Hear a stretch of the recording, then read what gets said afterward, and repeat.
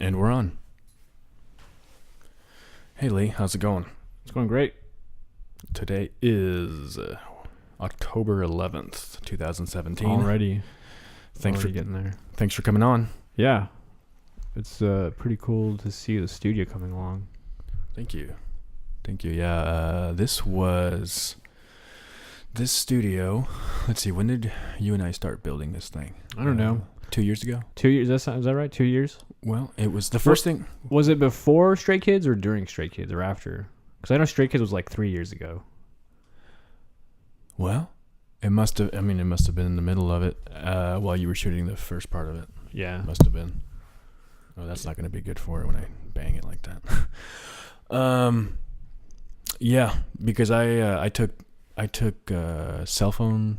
I took pictures of the progress. Yeah. So you still have photos of the progress? I have. It'd be really cool if you want to decorate inside and put some pictures of the progress. Yeah, like frame it or something. Yeah, the very first picture I had was the garage and how we had all that mess of stuff in here, and we had to move it all to one side. That was the very first thing we ever did. Yeah. Just to clear up the space of where we were gonna put this studio. Yeah. But yeah, it's pretty nice to now see it come together. I couldn't have done this without you, man. A lot of great help. They call me the miracle worker. Yeah? Anything I touch is like it's either done or it's like a miracle that it's getting done. Yeah, this is like a small miracle for sure. It's just like a dream come true for me, for sure. Yeah. Having this space. And then on the other side, I think it's going to be great down the road to have musicians in here for the podcast. For sure. And they play a little music. music. Like live. Yeah. Yeah. Live. Yeah, I remember you said that before. And then they come in here and we can I mean, chat. it's legit. I love the window. Yeah. That's cool. It's a nice touch. You don't have lights though in there, do you? I don't even have electricity in there, but I'm going to run power from this room, obviously. But well, that's definitely the next thing then. Yeah. Put it on the list. I'm looking forward to the Foley stuff for Stray Kids. Although I got to say, the re-edit, the 15-minute version of it, I almost just want to leave it at that and call it a day. But it's like we put so much work into it. But the short itself, I think is pretty awesome. How many hours of footage do you think you have? Well, it's probably I think it was up to 6, and then the idea was to cut it down. You pick the right take, because there's a lot of different angles and stuff, so it adds up to 6 hours.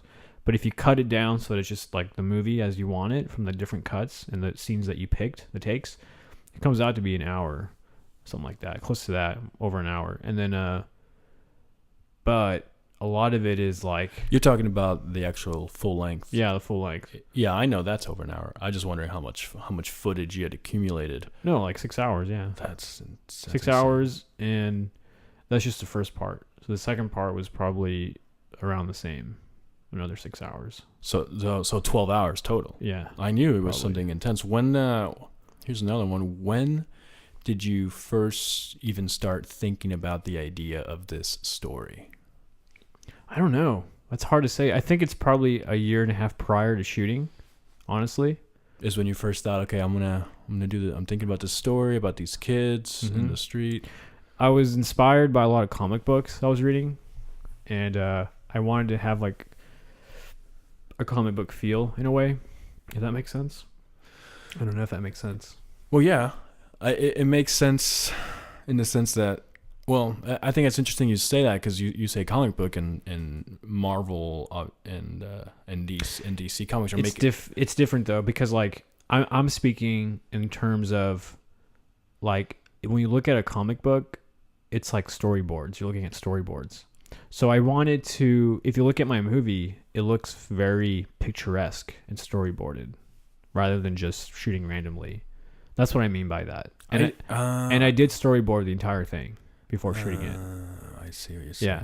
Well, I've never thought about storyboards because that's true. That is basically almost like a comic book view, but you don't necessarily write any of the stuff people are... Do you write what people are saying sometimes in the storyboard? Yeah, sometimes. Either inside a bubble or just beside it, just as a reference. Because it's really... After... I mean, I still have all the pictures. I mean, I'm sure it's over 120 pictures. Probably. Photographs? Yeah, like little squares of drawings. Oh, drawing of storyboard. Yeah. Okay, give me one second. I'm gonna adjust your mic though, real quick. I'm getting too many pulses. Pulses. Yeah, on your piece.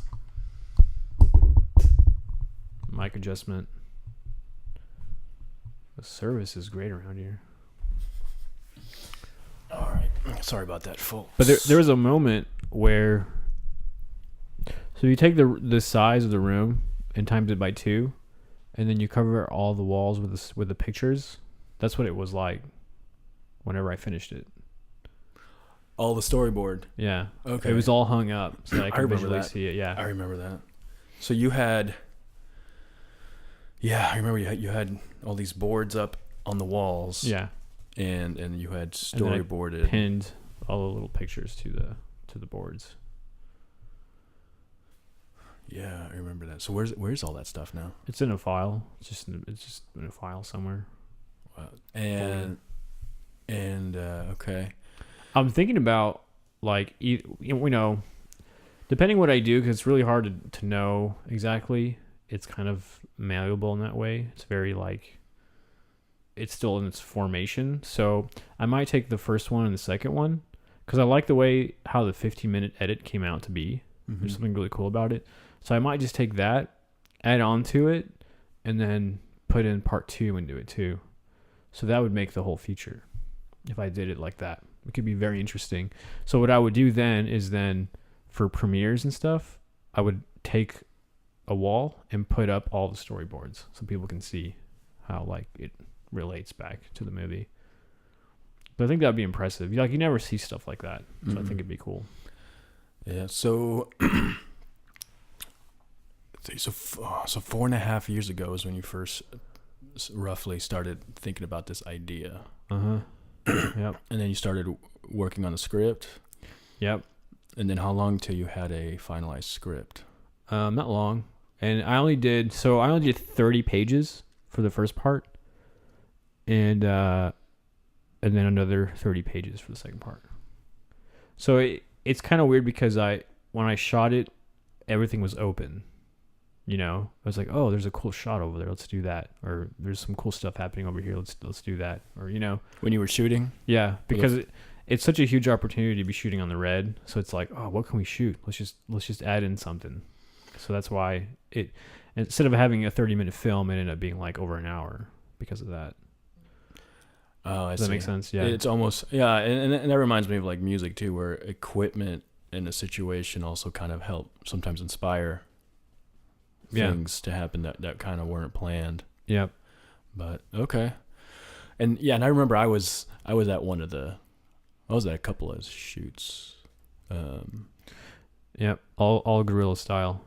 Just show up and go and then leave as soon as possible. Well, let's I want to get back to Stray Kids, which is the movie, and then and we can talk about where that's available and everything. But I want to go back a little bit to what you think got you to the point where you were thinking, I want to make movies. This is what really interests me. How did that come about, do you think? Do you have any idea? I really don't. I've always liked drawing. So shooting something is a lot like drawing, where you have a portrait and you just look for a well-balanced picture. And so it's the same thing, really. I really don't see a difference between drawing a picture and then just shooting a picture. I really don't.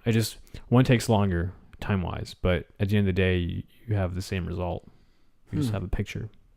Yeah. And everything applies to the same medium when it comes to perspective and balance and all that stuff. It applies to like painting, even storytelling. Yeah, I mean, when you do a painting, there's a story going on. Mm-hmm. So it's just not mobile. Well, I remember even back in high school, I feel like that's when you had a friend and you had a camera and you started shooting stuff. I mean, you started ridiculous. Yeah, just for fun. Yeah, just a lot of weird stuff that we thought was funny. That's it, really. Yeah. Do you have any of that? Yeah, we have these a box full of mini DV tapes, and I have hard drives, but I don't know if they still work because they're really old. That have The movies, stuff yeah. on it. And then I know that I have a DVD with like the old stuff on it somewhere. So if I could do if we did video, which I know we'll be doing at some point soon on this podcast, it'd be great to pop some of that up. That'd be nuts. and show some of that really old stuff. I'd like to put it on YouTube at some point. I think that'd be cool, just to add in really old material like that. Yeah. But then I'm probably skipping a timeline here, but then probably Boxes came along as the first full-blown movie attempt. Mm-hmm.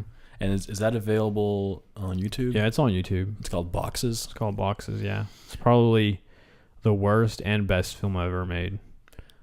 I think it's so good. I know. I think it's really good, and if anyone's hearing this, you definitely look into it's film good. called Boxes. I don't know why it's good, but like it shouldn't be. You know what I mean? Like it shouldn't. Let's see. I had played it for the actors, and they had the same feeling. Like it was a lot better than they thought it'd turn out to be. And you watch it, you're like, oh, this is gonna be terrible.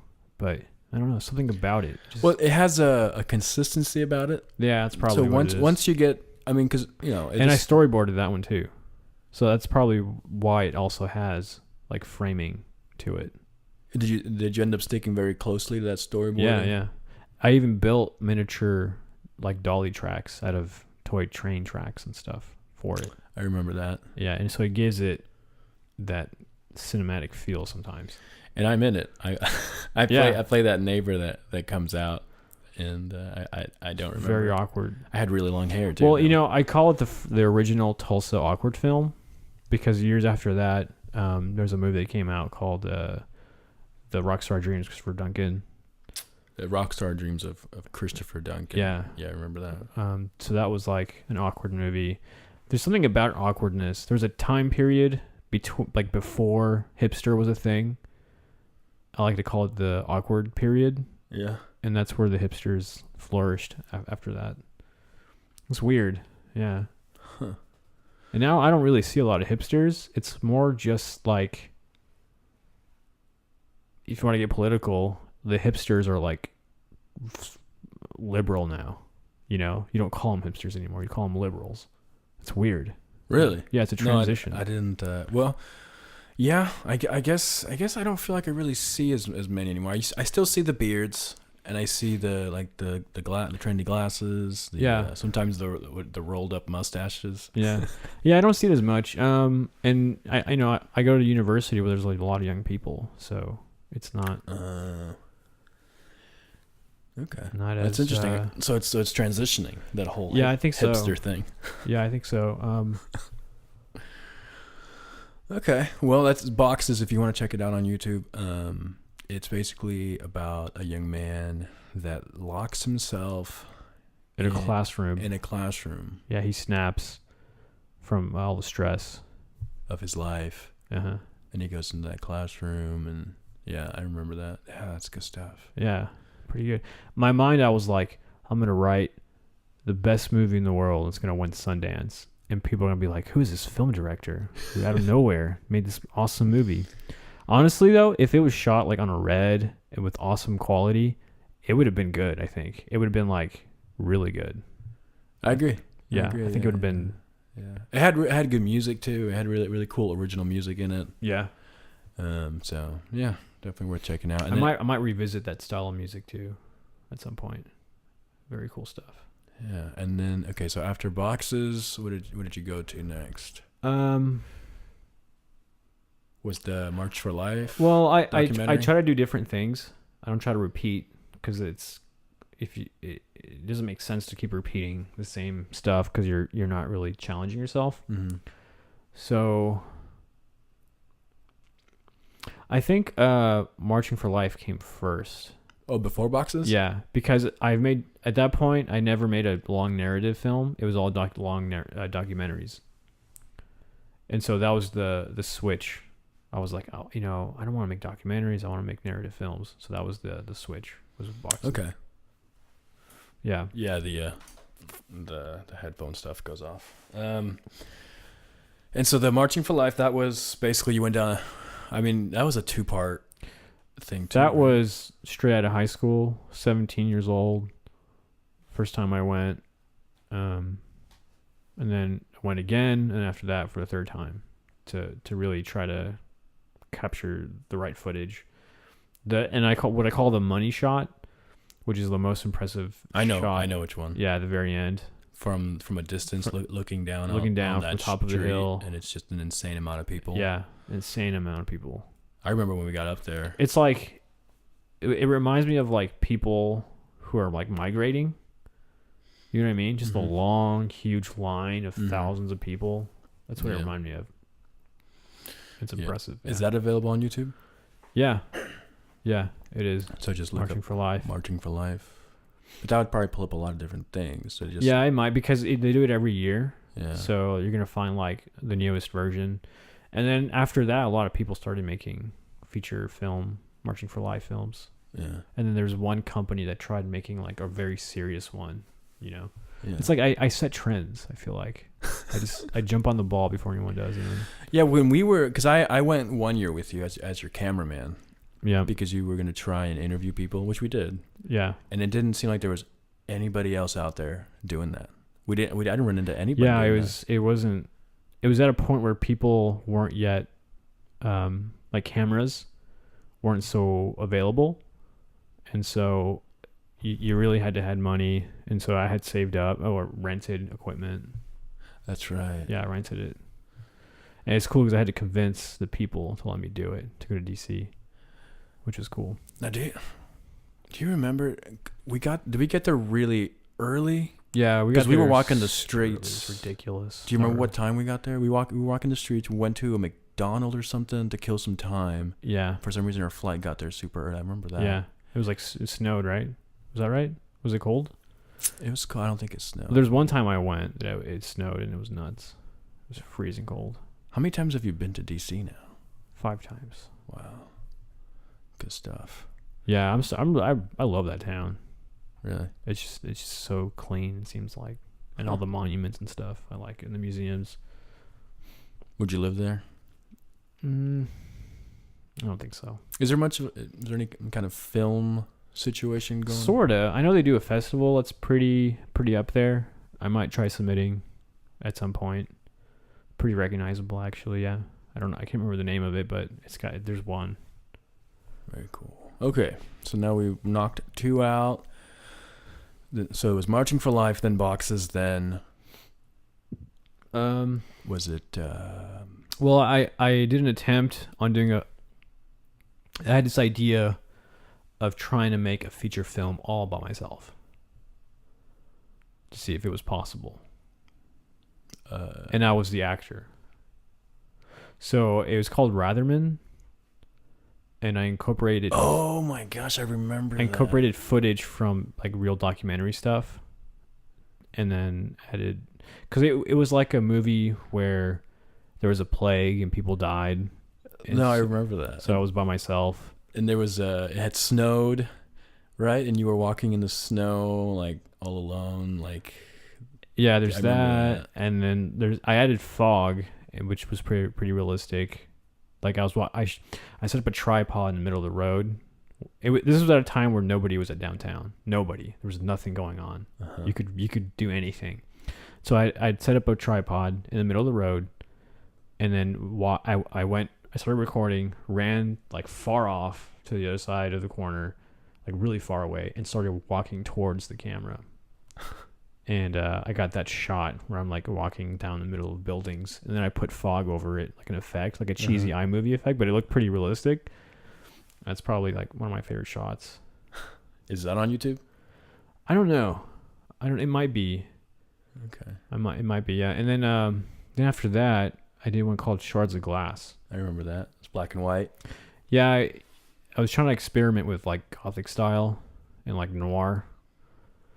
But for some reason, I don't know, I somehow lost the original, and then I ended up having just like a YouTube version of it that I tried to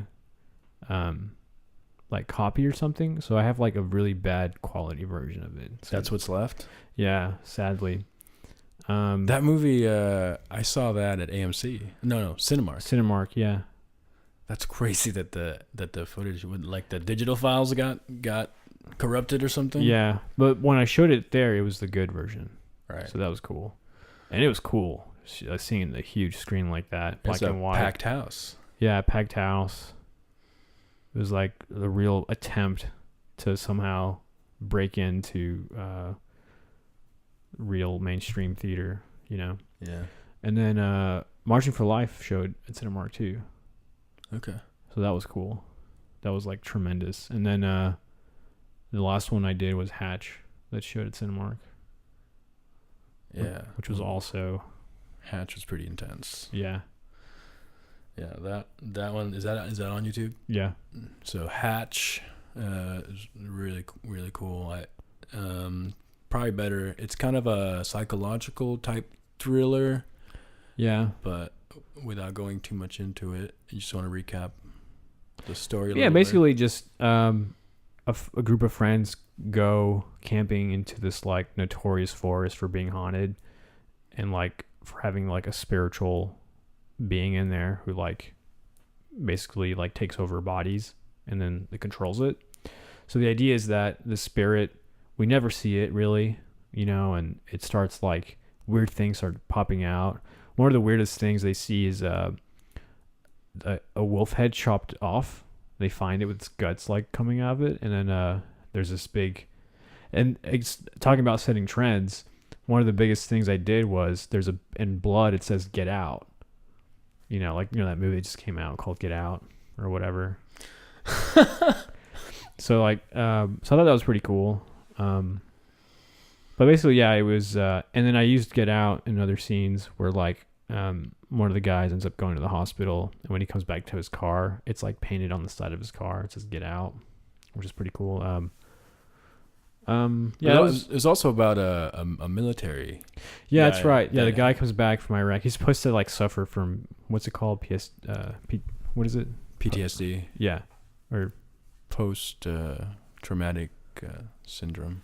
Is that what it is? Something like that. Something like that. Yeah, I'm not too familiar, to be honest. It's been a while. That was a good one. That was another good one for sure. That was. Yeah, that was also storyboarded. It was kind of like more stick figured. Mm-hmm. It was storyboarded, and yeah, it's different. It's slow, different pace. It really builds up from beginning to end. It's always building up. It starts off really slow, but yeah. And then after Hatch, I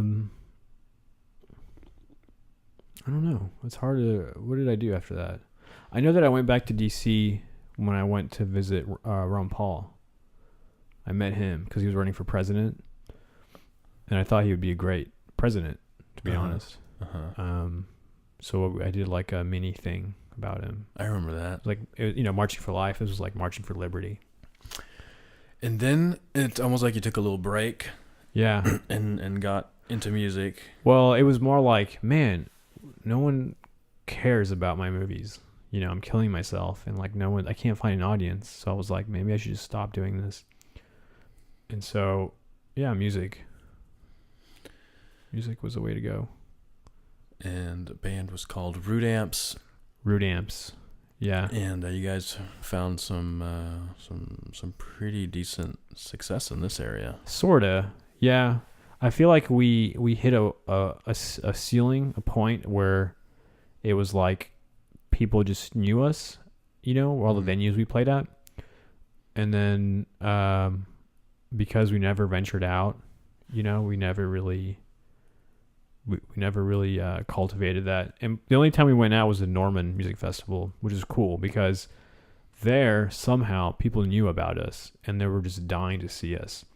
And we went, it was just a packed out crowd. It was amazing. It was like the best time we ever had. And then there's a ton of Root Amps stuff on YouTube. Yeah, there's a lot of albums. There's one there's like 3 or 4 that are like band recordings. one that was recorded at Valcor Sound, I think is what it's called. Mm-hmm. Yeah, And with then- Hank. Yeah, with Hank. And then stuff that I did on my own, which, on GarageBand, which isn't the best thing in the world.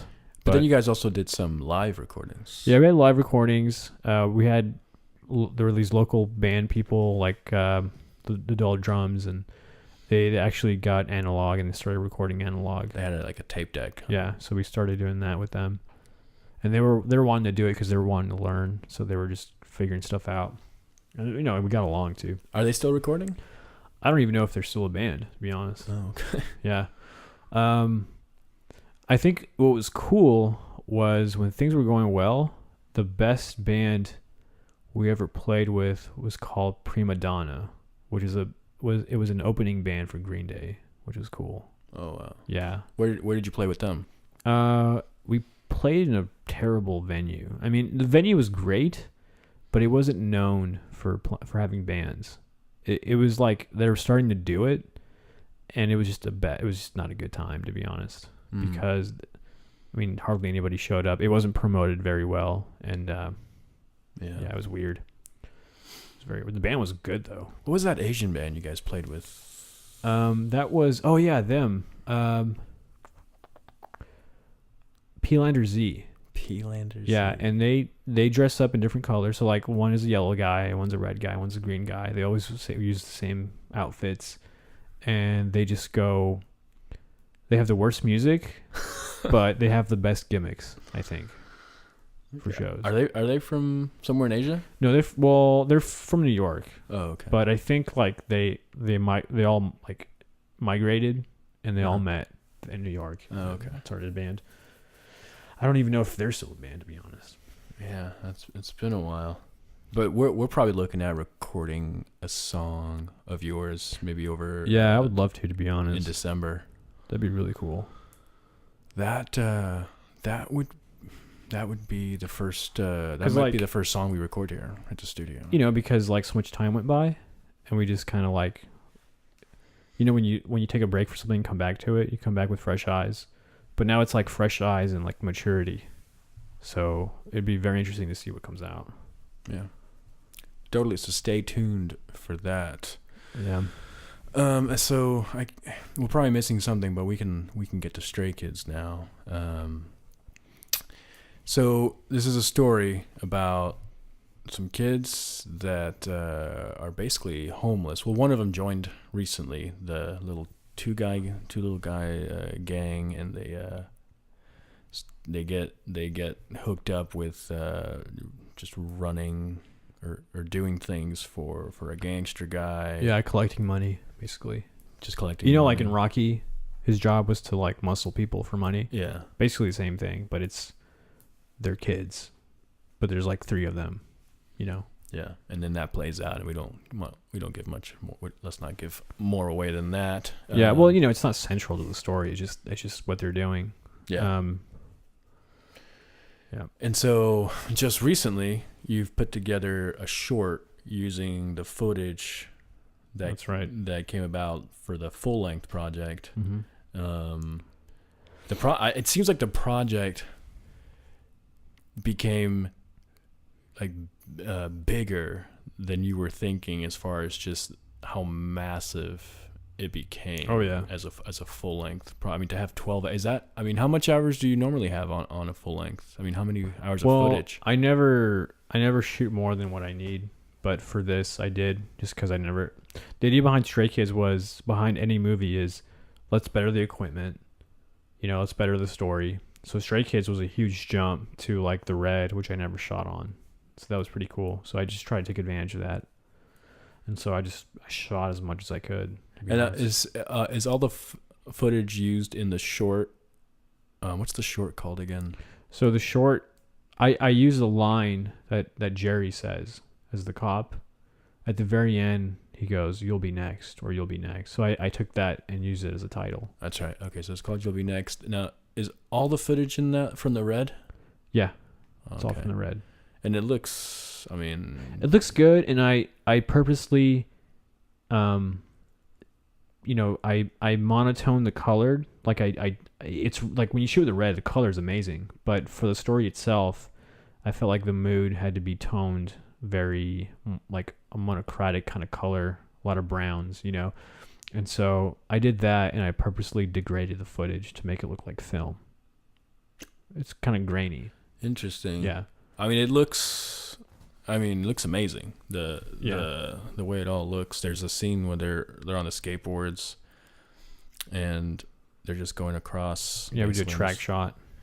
That's what that was? Yeah. It looks so good on that part. It's a tracking shot that we, again, all guerrilla style. So we ended up using a cart on the sidewalk. Like a grocery cart? It was the kind of carts you see around schools, when like IT guys are moving equipment across the hallways. Sure. That kind of cart, and then using a stabilization program, I was able to smooth it out. Because it looks super smooth. Yeah. It's very a smooth shot. Oh, wow. Cool stuff. Yeah. Okay, so now you're sort of in the final stages of that short. Yeah. Because I watched it earlier today.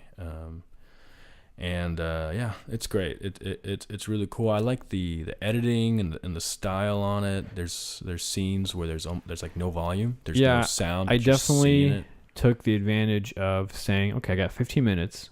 So the idea was, there's a deadline for a film festival that's strictly for students, and there's a prize winning. There's two prizes.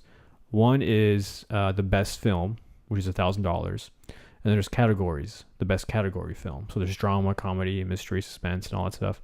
So I did it for drama. So I could win for category, and I could win for best picture. Oh, that's cool. But I don't know if anyone's actually won both. And what's that film festival called? It's called Fault Line Film Festival. Is it here in Tulsa? No, it's in Missouri. Oh, okay. Or however you say that, Missouri. Missouri? I don't know. Some people say that. Well. And that was. So I think being confined to a frame of 15 minutes was the challenge. And that's why I think it's so good. Like the storytelling and all that. Yeah, I mean, it's, I mean, I wouldn't be able to comment on that, but almost like you had to condense it down to the best of the best stuff. Yeah, the best of the best stuff, exactly. To put it all together, and you pulled off. Even like the best acting, too, which is great. Yeah, that's the thing that I caught too as I was watching it, because I know that's also guerrilla style. You're using students, and I know that sometimes you use actors that are willing to volunteer their time, that also get paying gigs, but they come in, they like the story, they want to be involved with it. But it's hard to make a movie when you don't have experienced actors, I would imagine. It is, but you sort of you kind of know how to direct them at a point, to pull out what they need to do. And sometimes the reason why they're bad is because they don't know what to do. No one's actually told them how to act in a movie. They're just assuming they can do it. They're just assuming what to do. Yeah. So like no one actually taught them. So sometimes I just talk to them for a little bit and like teach them how to do it. Because on that short, I mean, there were times where I would sit back and be like, and the acting is really good. We didn't have time to rehearse before the shoot dates, so I would reserve time during the shooting time to go over during it. the shooting phase. Yeah, to go over it, even like rehearse some of the camera moves and stuff, and like get a feel for that. And I would, if it looked bad, it would be honest, be like, dude, that looks terrible. Like his acting? Yeah. If the acting wasn't good. Like it's not there. Can you How much here's something I'm kind of curious about. How much of an actor looking or doing a good job, how much of it is the camera work? Oh yeah. I would say,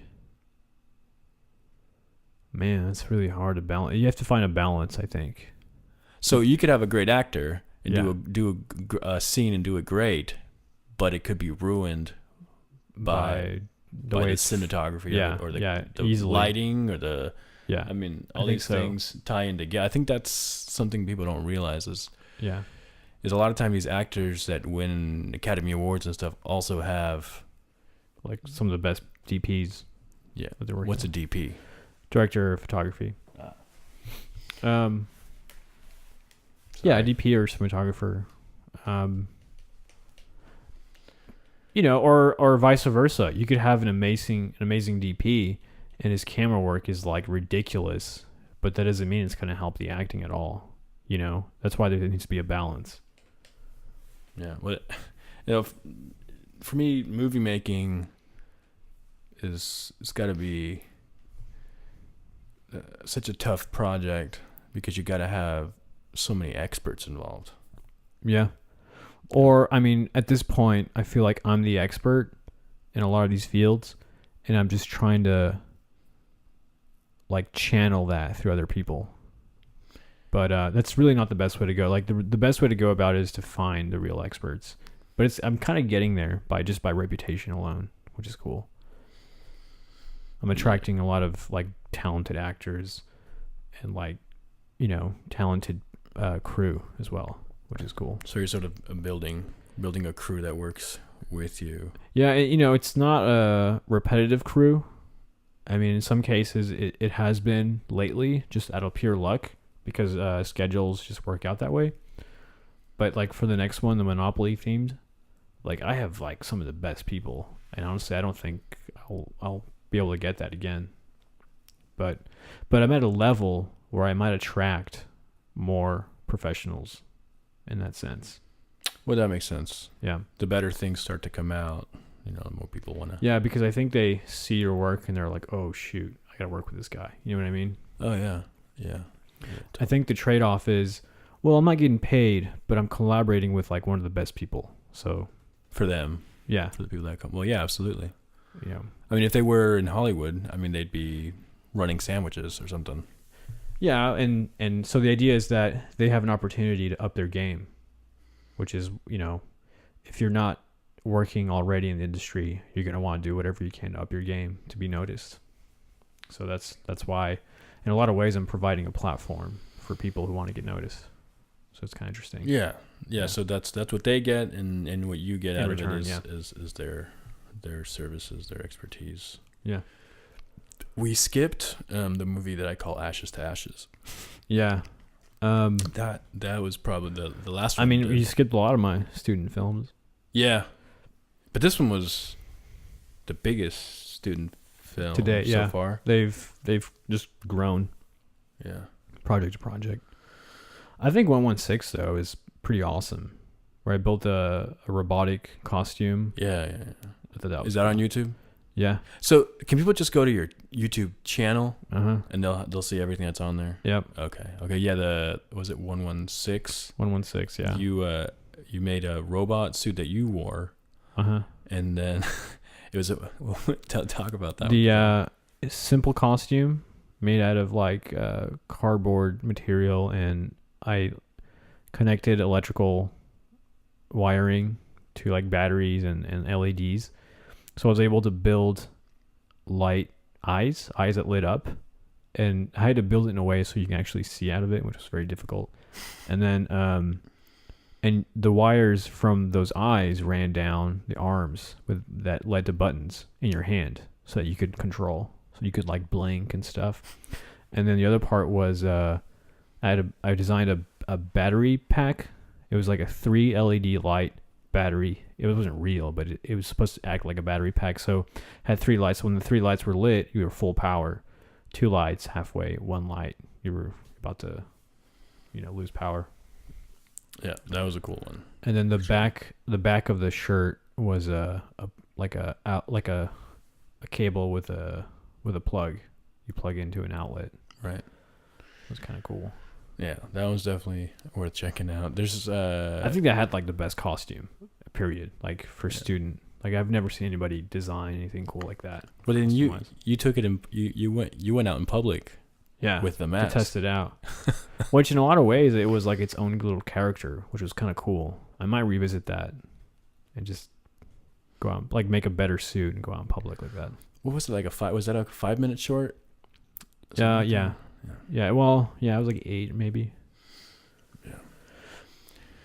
Well, then there was I'm sorry. Tell me the actual title. I call it Ashes to Ashes. Yeah. Out from Smoke and Ash. Yeah. So that is. How do you describe the style of movie, or what genre, or what that is? Because it's not a documentary, Yeah. right? It's also very artistic. The focus was in the storytelling. Like no real confines to storytelling.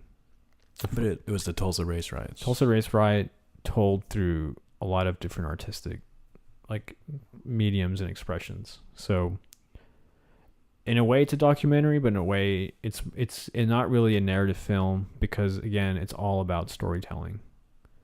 It was all about that. Yeah, there's so many cool things that happened. Oh, and the other part was it had to be designed for a museum, like an exhibit setting. So like there was these 6 screens and these wooden crates that had these doors that you would walk up to, open the door, and the video would be playing. And there was 6 stations that you would walk up to randomly, and it would play in a loop a part of the film. And it was designed to be divided that way. And so it would work. It would work in the exhibit way, and it would work just watching it as a short. So that's what also made it different. It had to work in those 2 different ways. How were you running the monitors? What do you mean? How were you running the footage that was being shown on the screens? Inside I had a DVD player for each one. Yeah. Oh wow. And it worked out because I worked at TUTV, and for one of their sets, like behind where I was hosting, they had 6 monitors and 6 DVD players that were running old footage, TUTV footage. And I asked, "Hey, can I borrow these for the exhibit?" And they said, "Yeah." And it worked out because they stopped doing the hosting at that time. They're like, we're going to change it up a little bit because we're going to utilize like other mediums like internet, because at that point they stopped airing the show on TV. And just through the airwaves. Yeah. So they were now doing little snippets on like YouTube and Vimeo. So it was completely different. They weren't doing the kind of setup where we would shoot all in one day. Everybody was doing little snippets, and then they would just present it when they could. So there wasn't really a need for a host. And so they stopped using that set when exactly at the time I needed the screens and the DVD player. So it worked out. And then the wood I recycled from a set that was built for a puppet show that somebody prior to I'm a Nova Fellowship member, which means I get funding from the Coke Foundation. I get like a little bit of grants through them. Are you talking about like KOCK? Yeah. Okay. Yeah, not COKE. Not Coca-Cola. I love Coca-Cola. I could use one. I wish we were sponsored by Coca-Cola. That'd be cool. Maybe one day. But anyways, so a guy, he's already gone. So he had built this wooden huge set for a puppet show. But it looked like a corner to like a cabin with 2 windows, which I used in the movie to shoot. So there's a scene where there's a black woman and her 2 children crying. And we shot that there. But once I was done shooting it, I took the wood pieces and turned them into these crates. So it was all recycled. I still have them. And then, so. Were those the crates you made here? Yeah. I made them all in one day, I think. Yeah, I remember that was a long day. Yeah. You were here, I think you were here on your own. And then I came by. Yeah, you were like, I got to go. And I was like, okay. Well, because we have all the tools here that we used to build the studio. Yeah, exactly. So it's kind of nice to have that almost like a little shop area. It was like a factory at that point. I was just like building one by one. It came out great. The crates came out so good. They had to be durable. Do you have any pictures of the? Oh yeah, absolutely. I need to see pictures and stuff because I never got a chance to go to the exhibit. Yeah, it was a cool experience. I mean, It's kind of interesting because like it was such a cool project, but like almost a lot of people didn't they weren't like enthused about having it in display. There was only like 2 or 3 places. That's it, which is kind of like, oh, well, okay, this is like really cool. No one's doing this, but all right. Well, and that one's on you, also on your channel. Yeah, to see. And that one's playing this Saturday at the Cinemark Circle Cinema for the Tulsa American Film Festival. It's nominated for a student category. Is that the film festival you were at before you came here? Well, I couldn't go, but yeah, supposedly, okay. yeah. Are you going after this? No, okay. I go home. Okay. Okay. Yeah, and I went to that last year. Or did I just go to the after party? You went to an after party where we met one of the head guys of Dead Center Film Festival. Okay.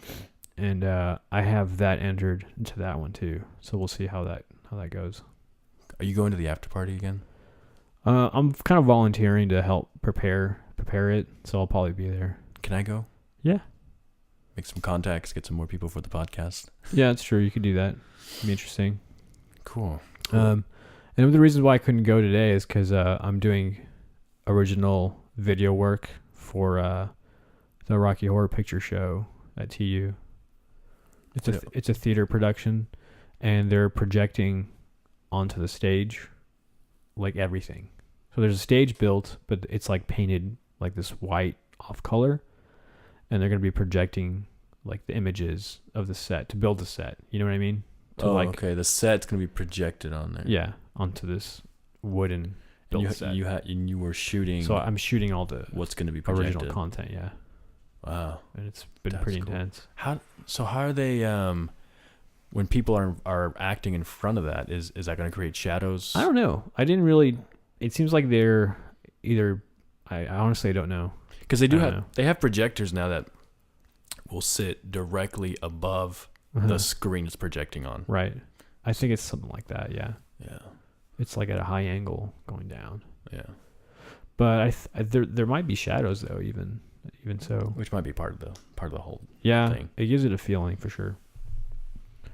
But yeah, it was interesting because I did a lot of green screen. Like, I'm creating interesting things. Like today, we shot a blue curtain that falls, and we shot it in front of a green screen.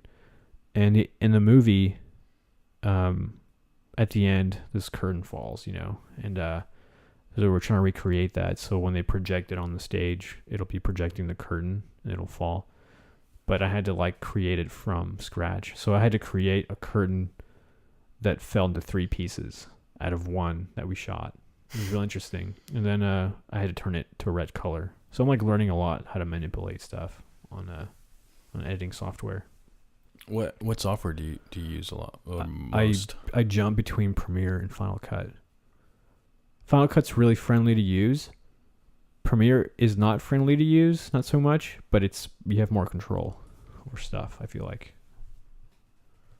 So it maybe depends on the project. So I go back and forth. Which one to use. Good stuff. Well,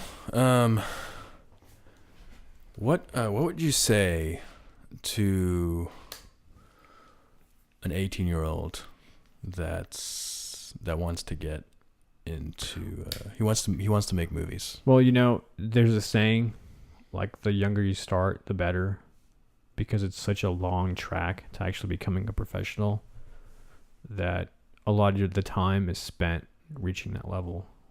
So it's like, if you're 18 starting, you're almost too late.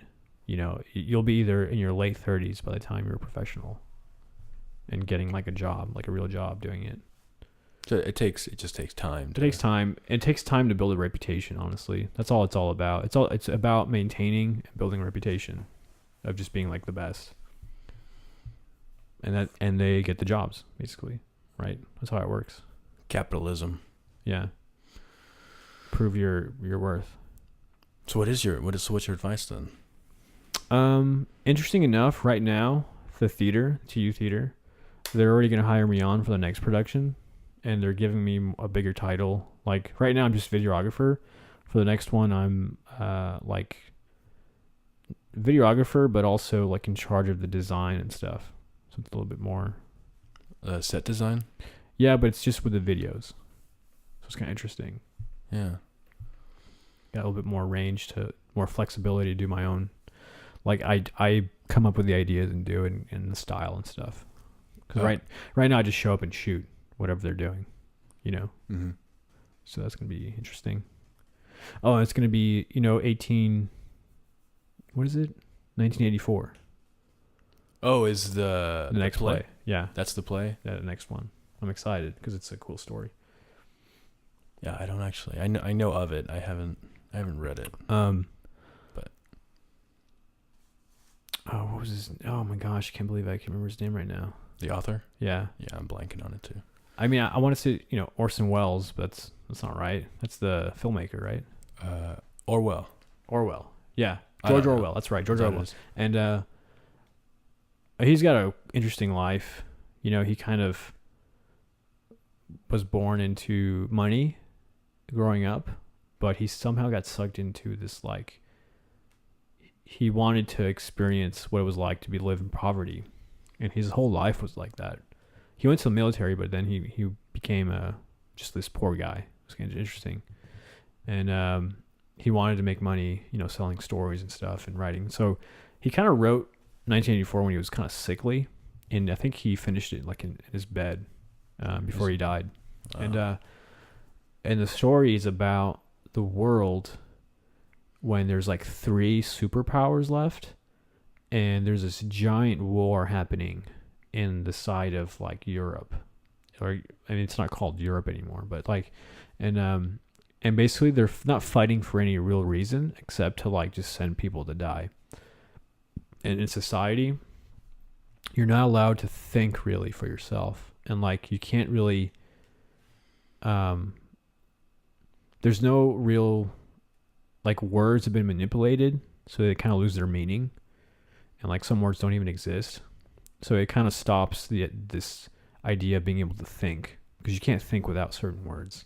You know what I mean? Like you can't put thoughts together. Yeah, I never thought about that. Yeah, so like, and there's surveillance all the time, and so and there's different like institutions.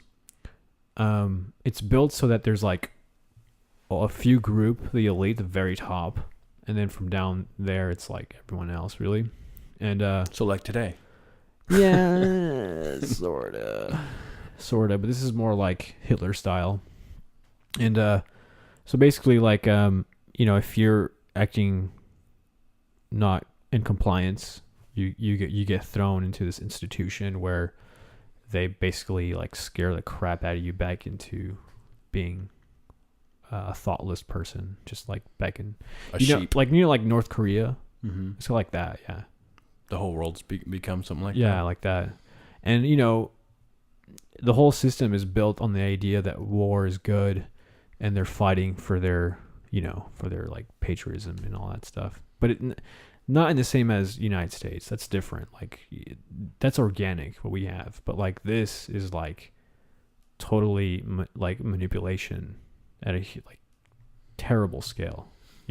Well, couldn't we could be living in a situation where we're being manipulated and not realizing it? I mean, sort of, but it's it's more organic in the sense that you're not really forced. It's just it comes upon naturally. But see, now you're talking about free will. Yeah. And yeah, it's your choice, really. Yeah, I understand, but there's sort of this belief that free will is kind of an illusion, that you are sort of a product of everything you are perceiving. Yeah, sure. And how you're, sort of extrapolating what's happening. I mean, and so look at it this way: that's always going to exist. There's always going to be like a level of like somebody in charge, and it goes down from there. But in this instance, we're the only. Well, I mean, there's like other countries like us, but like we're the one that's the most free in the sense that you can build up to be the guy on top, in a sense. Whereas you can't. There's not really a lot of countries you can do that in. Yeah. Does that make sense? Oh yeah. No. Yeah. Definitely. I mean, and I think a lot of people don't realize take that for granted. In this country. If you take that for granted, you're like an idiot, because it's such a huge opportunity. And if you miss it, it's like, man, like well, what? it's almost that's why I think of it as like, when they say like New York, if you make it here, you can make it anywhere. Yeah. But it's kind of the opposite. If you can't make it here, you won't be able to make it anywhere. Yeah. At least like in the middle of America, you have a better chance. It feels like there's more space out here, for it. When you're in a big city, you're cramped and there's more competition. And there's more collaboration, but There's more people. Well, Yeah. is that true? Yeah. Maybe not. In the bigger cities, yeah, there's more people. Yeah, and then just like consider that when there's more people, there's more competition, better competition. It kind of drives people. Yeah, harder. but I mean, if you're, that's only the people on top. If you're at the very bottom, good luck trying to get to that level. I mean, if you don't know anybody, good luck with that. Yeah. Well, how much more time do you have? I got time. Okay. I was curious to see what you would say if I haven't talked politics on this podcast yet, and I was wanting to bring up the topic of gun control because of what happened in Las Vegas. Mm-hmm. And what I'm getting is that you have on the left, it seems that they want to. They just want to ban it. They want to take completely. away what they feel is the agent in making all this happen. In other words, if that guy from the hotel, Yeah, which doesn't make sense. didn't have a because gun, he wouldn't have been able to shoot all these people. Criminals would find guns. It doesn't matter. So it doesn't make sense. Unless you said we wiped out all guns, period. Like you can't obtain a gun, so therefore, which is unrealistic. Yeah, you can't wipe out all guns. So I don't understand the thought process unless I think they may be thinking it'll help if we make it harder, because I think the idea of removing, confiscating guns and stuff like that from everybody, it's like that's never gonna happen. I don't know if this makes sense, but it seems like these ideas are ideas based more on theory than actual practice. So like actual practice means it's based off reality. So like, if we take guns away, it might work differently in a different country. I'm just saying in this country, which is completely different from any other. So like, if we take all the guns away, what does that mean? Well, considering how big our country is and how like you go more into the Midwest, there's more space and more people in danger to being robbed or killed. What option are they left with? So it's like, okay, so if we take all that away, criminals, even if they don't have guns, they're more likely to rob people With knives. Yeah, even with knives. And I think that's the realistic way of looking at it. It's not like, oh, we take away the guns, oh, there won't be any more crime. It's like, no, there's still going to be bad guys out there. Yeah, and that's the argument on the right side that not all terrorist attacks use guns. They are used with guns, and not even just vehicles, bombs, homemade bombs. You don't even have to go to the level of terrorists. Just go to the level of a criminal. Like by banning a weapon, you're not stopping human nature, which is, some people are gonna do something that's gonna be bad for another person, so they can get what they want. Mm-hmm. It's just a gun makes it easier to make that happen. What if like a store owner at a gas station isn't allowed to have a gun anymore? Anybody could just go up to him and rob him. It just changes the whole atmosphere. I think criminals are like, oh, no more guns. Oh, boys, this is our time to like wreak havoc, because you're just making it that easy for them. Yeah, I don't understand why there's even an argument. I mean, I get there's arguments like no automatic weapons, which are already illegal. Any weapon that's some politician deems like overkill. Rifles, not like semi-automatic rifles. It's like, why do you need that for home defense? Blah blah blah. And even if you wanted to say fine, there's a lot of people that at the end of the day, I think a lot of it is, well, let's say you make people have weapons, like so they have weapons, but now their weapons versus the weapon that the government has is unmatched. So what happens if your government goes like turns on itself, it turns against people? And I know that's an argument on the right. I don't. How can you actually think that could happen? I know it's happened. You can look at Hitler and things like that, but to me, it's really hard to fathom that happening in this country. Just because it, and then that's the thing is, just because you can't think of it, for it happening doesn't mean it can't. We're just so used to living so like freely and just so like, and a lot of times we just feel safe every day. We don't think about it. We just get on with our lives, which I think is the whole point. But now if suddenly somebody's like, we don't want this country to be capitalist. We want it to be a communist country. Like in a snap of a finger. Suddenly you're throwing cold water into hot water and it's going to be like super dangerous. That could happen. I don't see why that couldn't happen. It's totally open to the possibility. I mean, if Donald Trump can become president, anything can happen. Well, I mean, that's him becoming president was easy. I saw that a mile away.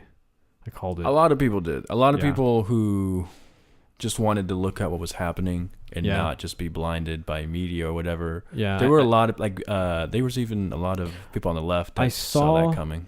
I felt it. I felt like I was being bullied by Obama, honestly. You're being bullied? Yeah. In what way? Like, I didn't feel safe with him. Like, there's something about him that's off, and I can't put my finger on it. But it just seems like everything he did went against, like, the American way of things, And that was my first, like, red flag. I was like, what? It just seems like every time, like, you think he'd do something good for America, it just seems like he's only doing things that are bad for America. Things aren't adding up, It just seems like one thing that sounds great. It sounds awesome. But it's like, it's got negative effects. So that was my thing, was like, man, like, he's got a great personality. He wins anybody over. But I was like, man, something about this guy's off. I don't know what it is. And so it like, you investigate a little bit more and you just realize that, it's very unpopular. I mean, people get onto you because they don't know anything. But it's like, man, there's a thing called the... I can't remember the exact name, but it's like the Democratic Socialists. Mm-hmm. That's a real thing, and then also like there's a lot of communists. That's a real thing. And then Democrats themselves, because a lot of them are run by like unions, like union bosses, which are run by like Marxists. You start to think, are Democrats just communists? At the end of the day, is that what Obama is? Because it, like, when you think of it that way, and then you add up all their actions, all the things, all the actions he took, it's like, it seems like it.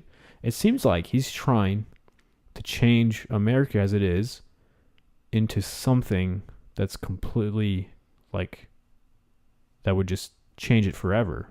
You know what I mean? Almost like steering the country in a completely different direction. Yeah, completely different. And see, so what I think is kind of happening is that, big countries in Europe, even South America, wherever, they tend to be more of a socialistic type of government. Yeah. And so when you see the U.S. and we're the only ones, even Canada, fine, but they also have a much higher degree of socialism. Uh-huh. I wonder if on the left side there, they kind of look at the situation and go, are we being left behind? Like, is the rest of the world moving forward with a form of society that's working? Obviously, like the evolution of society is to become more socialistic. Yeah, and so like we need the world changing to the point where people will benefit from a communistic, socialistic government instead of benefiting from a capitalist. Like, will we reach a point where people are just not benefiting from a capitalist society?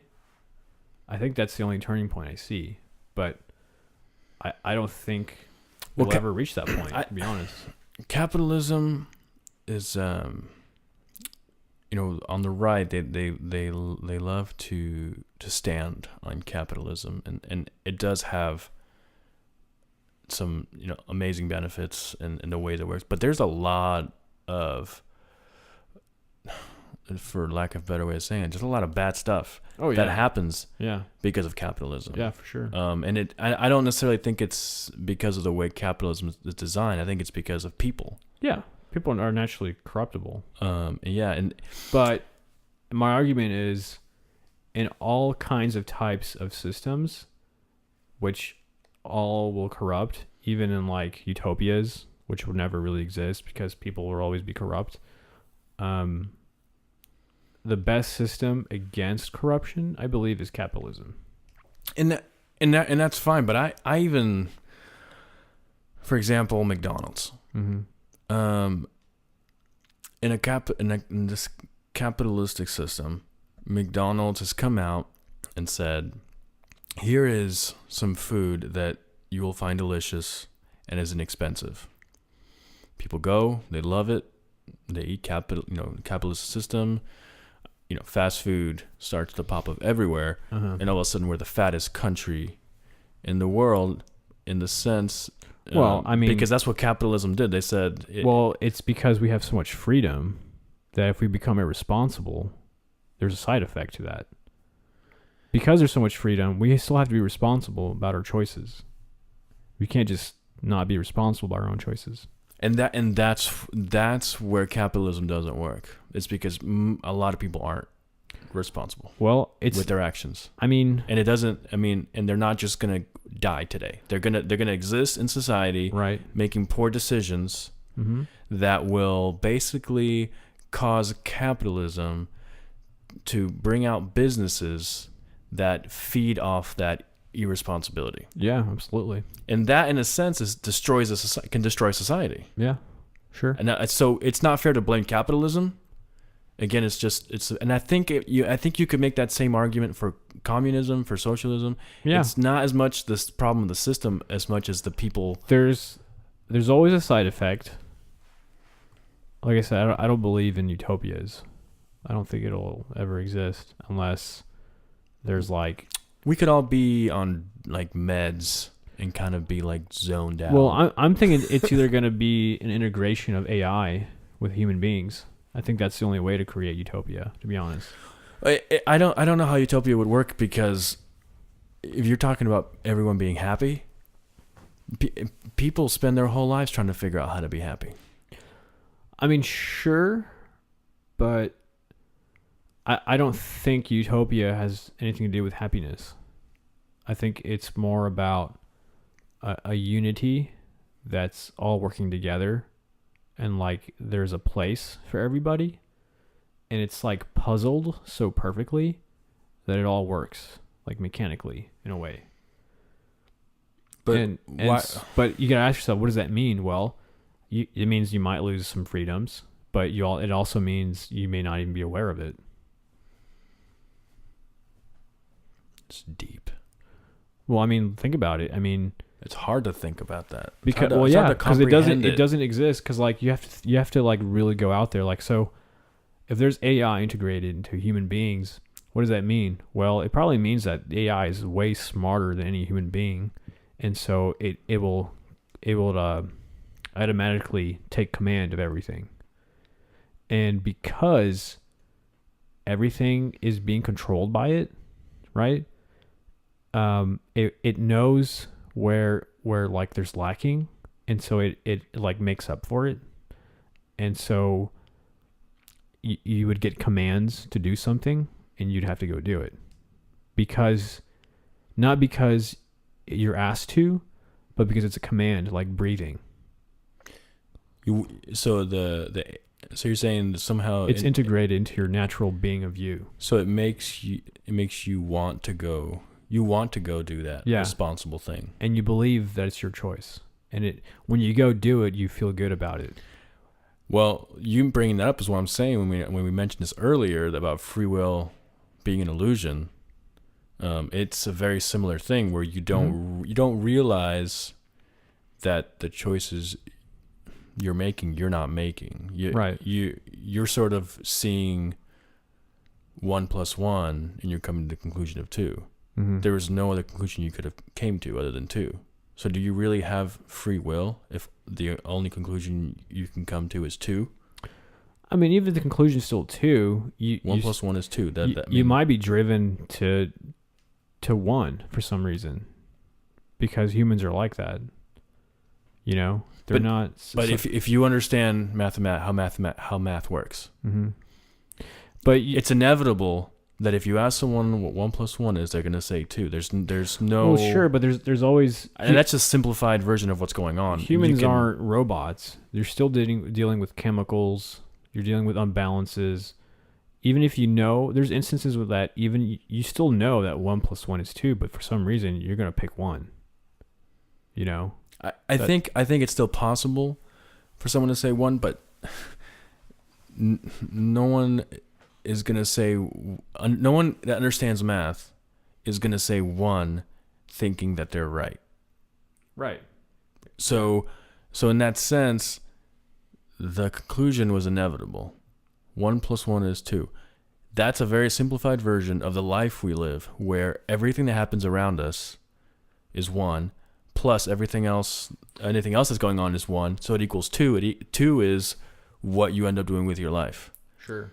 So the reason you're making movies or I'm doing this podcast is because of what happened in 1 + 1, right, which equal 2. Right. And if you, I'm not saying that's actually what's going on. I'm just saying that I think there's this theory where people are trying to argue there is no free will for that reason, that we can't perceive we don't have free will. We can't, like you were saying, when you have AI and this integration thing, this idea you have in the future of a utopia. I agree, but I also don't agree because, I could have picked being a carpenter. It was my choosing to be a filmmaker. I didn't, you know what I mean? It wasn't like I was forced to be a filmmaker. Okay, but why didn't you become a carpenter? Because I choose. It was a choice. It was, in my mind, I was like, man, wouldn't it be cool to do this for the rest of my life? Because I really enjoy it. Yeah, but so, and again, I'm just sort of playing devil's advocate here. Yeah. But that's, like saying 1 + 1. I could have said 3, and I said, well, why didn't you say 3? Well, because 2, I see 2 as the answer. You're looking at the equation like things already happened. So I could have made the choice of being a carpenter, and I would have been a carpenter right now, right? So I had the free will. Only if it was something that you wanted to go do. Right. And you didn't because it wasn't something you wanted to go do. So it's almost like you didn't have the choice to go do the 1 was defined by me. The first number was defined by me. I defined it. No one else did for me. That's the illusion. That's not an illusion.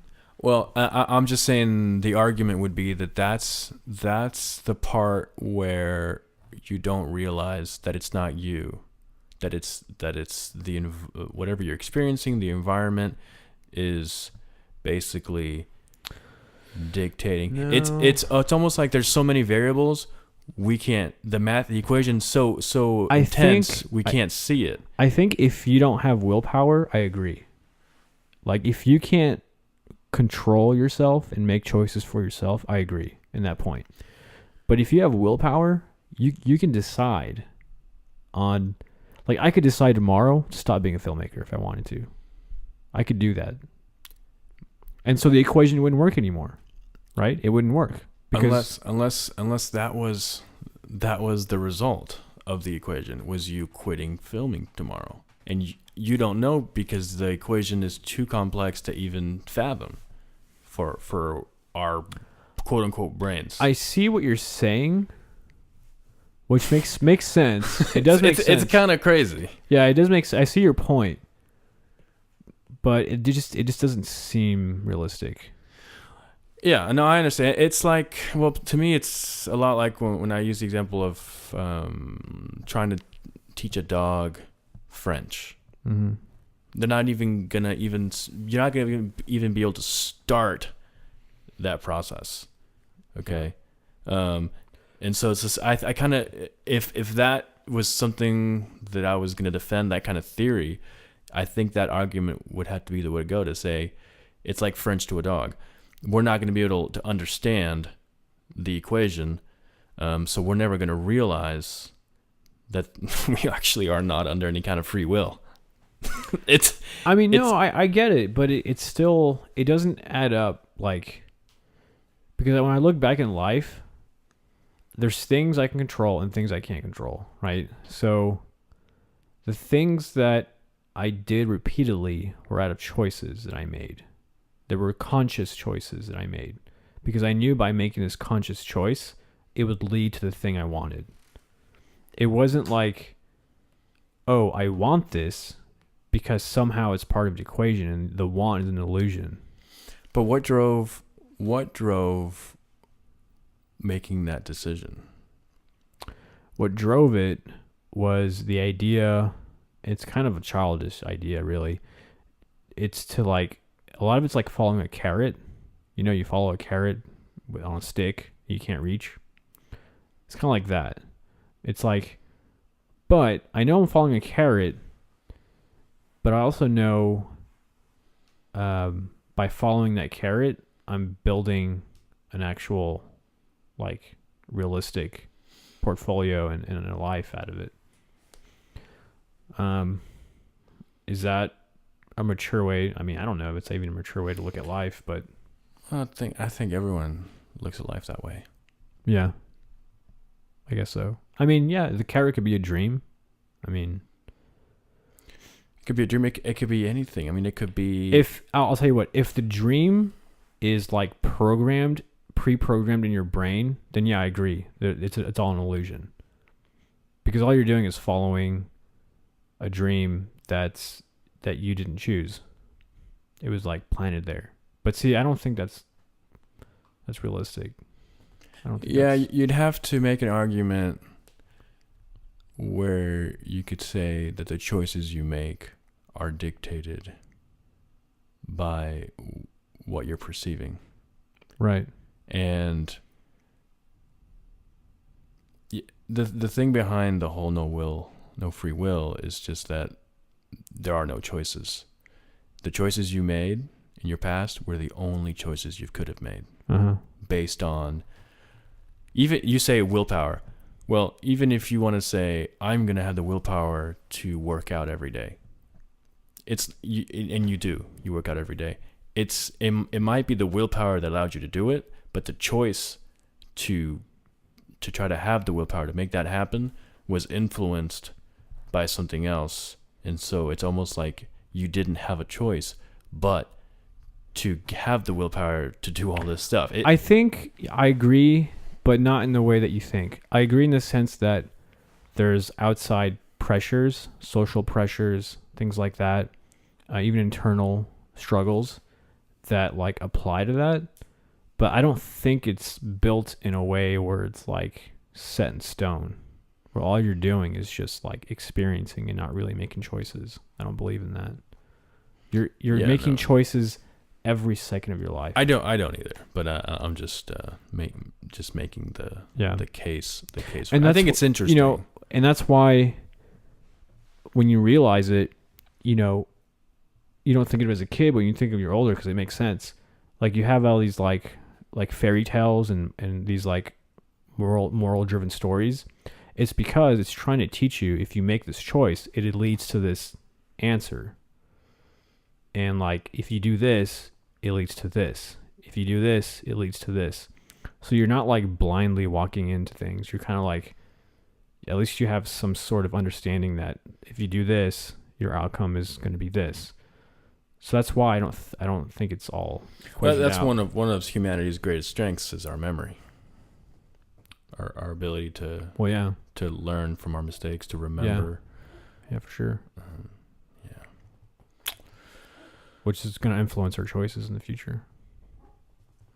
Absolutely. Well, I think we've got a good podcast here. Yeah, sir. Good stopping point. Good stopping point. We covered a random amount of some random topics. Again, what can people look up on YouTube to see your portfolio? Well, I mean, what's the channel? There's one main thing that I use. It's my name /Weebly.com, which is my portfolio, and then everything like stems from that basically. So is it LEE? No, my real name. Okay. So LISANDROBOCCACCI Like // Weebly. Is that WEEBLY? Yeah. What is Weebly? It's a like site builder, and Okay. I just haven't paid the full fee to take that off. Oh, sure. Yeah. Eventually it'll get there, but it's cool. I've been just adding on to it yearly and keeping up with the portfolio, and it's like starting to look really good. So that's the site where anyone can see just about any of the work that you have out there. Links to my links. channel, even pictures with like people I've met and stuff. Are you on Twitter? No, I don't think I will be, but when I reach a professional level of like running a company, I'll probably have a social media person, to be honest. You have to now. These days, you have to. I know it's weird. It's like to exist, you have to, like at least for networking, like you have to have that. You know, it's interesting though. It all comes back to reputation. Like you have to guard your reputation against all, and build it. Yeah, it's like you as a brand, Mm-hmm. right? Yeah, it's weird. I think that was always the case. You Uh-huh. were always a brand, but now it's more of a social media type brand. Anyways, well, thanks a lot for coming on. Yeah, Appreciate it. it's good. Good luck with everything, and I'm sure we'll have you back on soon. Cool. Thank you very much, Till sir. next time. Till next time. Thank you. See ya.